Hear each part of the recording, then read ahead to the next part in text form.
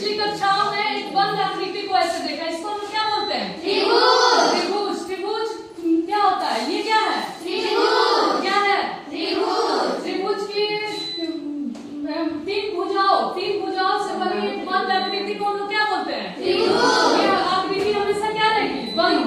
क्या रहेगी? बंद। तीन भुजाओं से बनी एक बंद आकृति को क्या बोलते हैं? त्रिभुज। ठीक है, कोई दिक्कत नहीं। इसको किसी प्रकार की दिक्कत है त्रिभुज में? नहीं। चलिए फिर हम लोग इसके भुजाओं के आधार पर त्रिभुज के बारे में जानते हैं। भुजाओं के आधार पर त्रिभुज कितने प्रकार के होते हैं?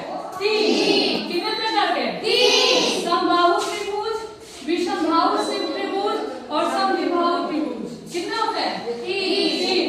जैसे इक्विलेटरल ट्रायंगल, इसको समबाहु त्रिभुज बोलते हैं, जिसकी तीनों भुजाएं बराबर हो। देखो इसमें आप लोग को दिखाई दे रहा है, एक भुजा, दो भुजा, तीन भुजा। इसको इसमें क्या है?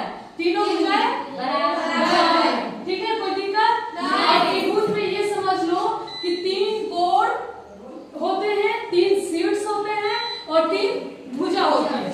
ठीक है, शीर्ष का मतलब क्या है? देखो ये जो पॉइंट है ना यहाँ पे, जिसपे ये बिंदु मिला है, ये जो पॉइंट, इसको हम लोग क्या बोलते हैं?